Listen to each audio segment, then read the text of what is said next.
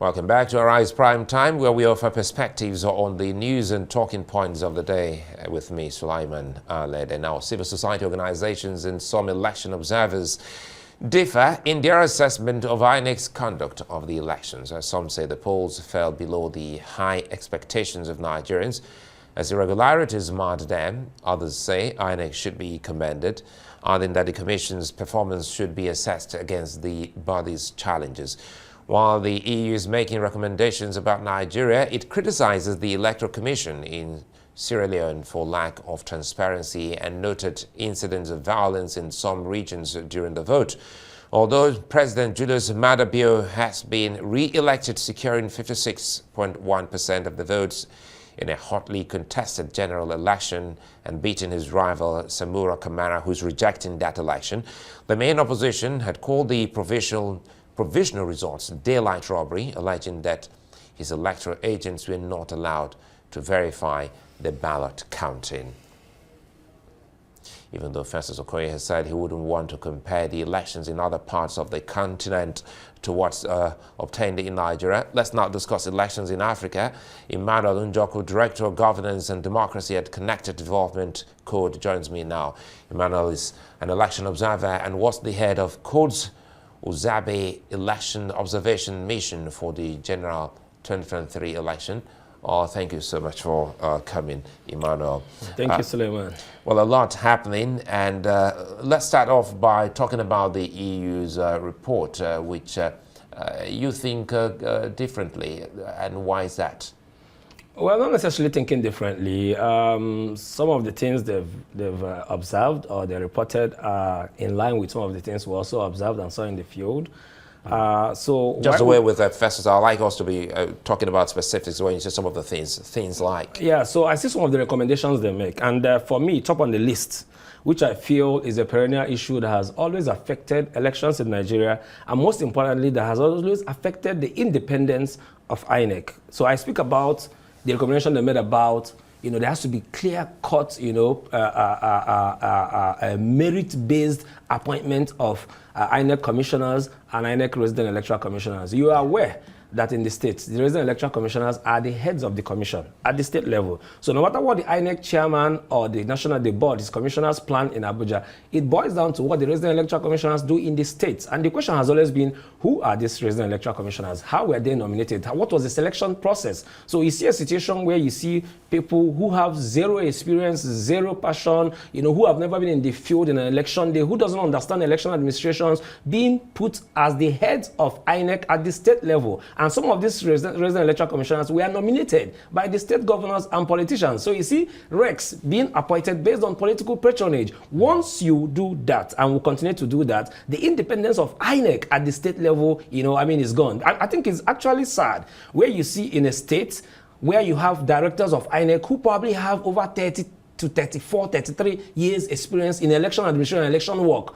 And then you send someone who probably was a two-time commissioner of youth and sports in a state to become a resident electoral commissioner in the state to now, be the head against the people who have all the experience. Take orders from them. So take, for instance, in Arise News here, all of a sudden you now bring someone who has no idea or experience around journalism to be the head of news or head of your editor, chief editor. You wouldn't expect to have a good election. That is something I think going forward, even though the Constitution has stipulated how the resident electoral commissioners has to be appointed and why they have to be resident electoral commissioners. But I think going forward, we have to start looking at merit-based appointments and not political patronage. Mr. Festus Okoye, who left here, is someone who has had experience in election work, in legal matters around election work, in civil society. So I think it's a round peg in a round hole. But in many of the states where we saw all of these challenges, where you saw late deployment, late opening of polls, all the challenges that affected especially the February 25th election, it boils down to the leadership of INEC at the states. So the independence of INEC across the states is questioned because of the leadership at the state level. And we have already two states that will be having elections in Nigeria, Kogi, three, Kogi, Bayelsa, and what's the third one? Imo State. So now quickly here, does this also fall within what you have observed?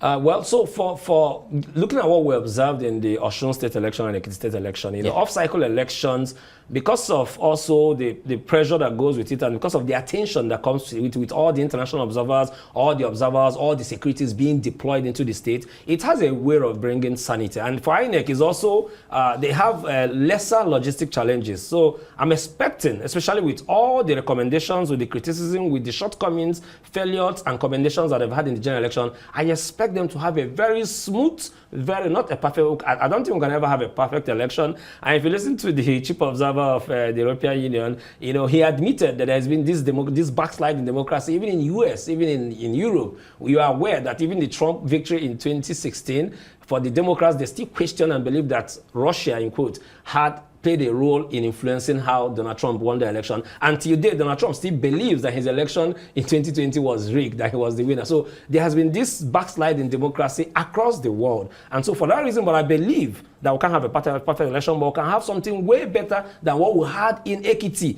and Osun, because we fully tested the Electoral Act 2022 in the general election. So it's expected that the corrections, and it's good that INEC, they want to go and kind of self-audit themselves in this their July 4th retreat that they are going for. So we want to believe that they will look at their operational failures and look at the operational challenges that they have and correct it. Because one thing that is clear that the EU chief observer said is that the public confidence was lost in the election. The INEC dashed, that trust in election technology because of the failure to do the needful as they are assured. So I believe that the election of November in these three states is yet again another opportunity for INEC to rebuild trust and confidence in the citizens, and so that people can believe in the process once again and get back. And one thing that we need to do, and one of the shortcomings we have with INEC is most of the time you see voter registration starting a year or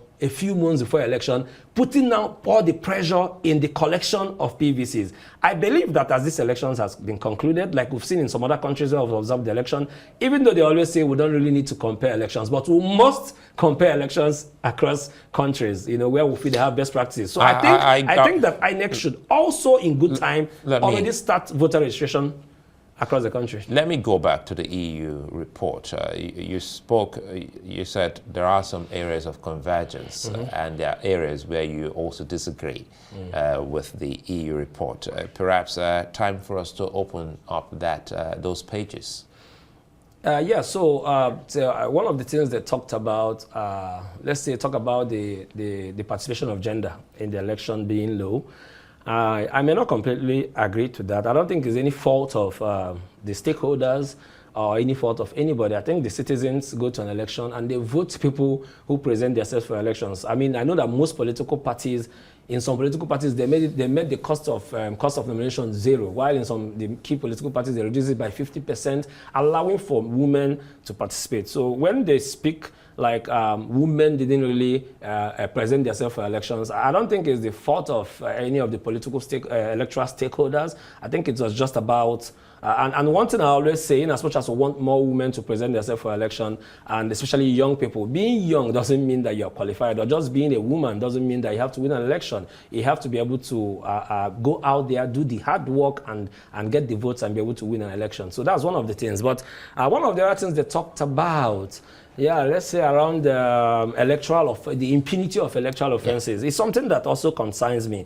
So you see, now the elections are finished, I do not know how many of the ad hoc staff or how many of INEC staff that participated in the election that didn't follow the process. Now, cases are in court. One thing I always ask at the end of court cases is, when you go to court and a judgment, the judges give their verdict and say that this election has to be cancelled, or this particular person didn't win the election, that votes should be transferred, and they change the outcome of the election. How about the people, the individuals who played a role in that affected the transparency of that election? What happens to them? So I think we have to step up the game in addressing electoral offenders and electoral offenses squarely, where we see a lot more people take responsibilities and probably get jailed because it has a lot of disadvantages. A lot of money, a lot of time, a lot of commitment has been put in the election, only for us to now wait for the court to now decide the outcome of all of this effort. I think someone needs to always be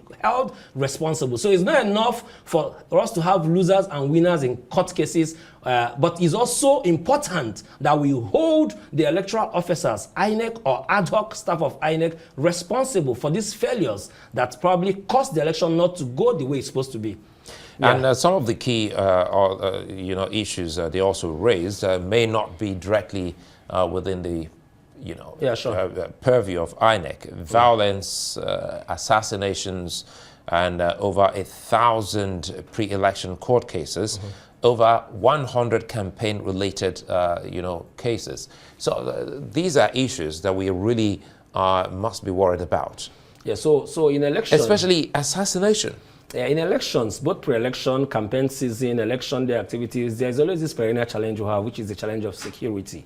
And I feel the security agencies need to do more. Typically, it's expected that in every polling unit, there's supposed to be 4 security personnel in every polling unit. And one of the things we observe is that may not go very well. I think the security agencies need to do a lot more of mapping to know wards or polling units or areas where they have history of violence and electoral violence. And before the election, the pre-election season and campaign, I believe that security agencies should be able to tell where there is most likely going to be violence. So that way they deploy more. It's not necessary. There are some places, there are polling units that in the past, since 1999 to date, there has never been any violence in those places. So we can do more deployment to the areas where there is likelihood. Because some of us, even know as civil society, we already have an idea based on activities in the pre-election and campaign that there's going to be violence here. So I think we should deploy more, and in some cases, so they talk about not comparing elections. When we observe the election in Kenya, one thing we noticed in Kenya election is that at every polling unit, there's a security personnel carrying an AK-47 in every polling unit.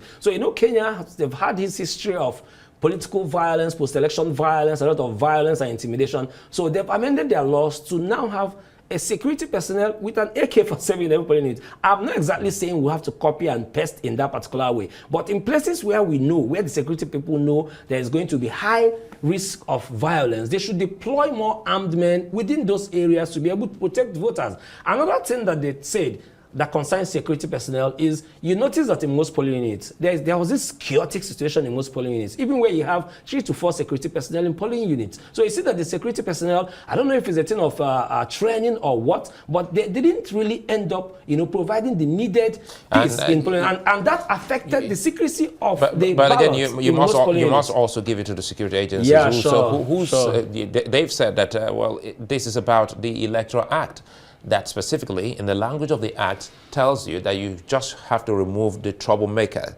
and they use the word remove. And there is also a kind of space you give within the polling booth and where the polling the armed men should stay. Yeah. So, but that's not the case with Kenya. No, that's not the case. In every polling unit, just by the ballot box, there is an armed personnel carrying an AK-47. Just by the ballot box. And so if you notice in this last election that they had in Kenya, there wasn't that much. In fact, there was no stories around violence or even the usual case of post-electoral violence you see in the election. Probably because so you see in many of the pollings across Nigeria, you see most of the people that came to carry this ballot box, some of them didn't even come with guns or even machetes. They just get close to the box and they pick it and they take off. So if we know there are these places and there are polling units and wards that have history, every election cycle, there will always be violence. There should be more deployment in those places to ensure peace and order, and also to protect the voters who have come out to vote. Emmanuel, Njoku, many thanks for speaking with us. Thank you for having me.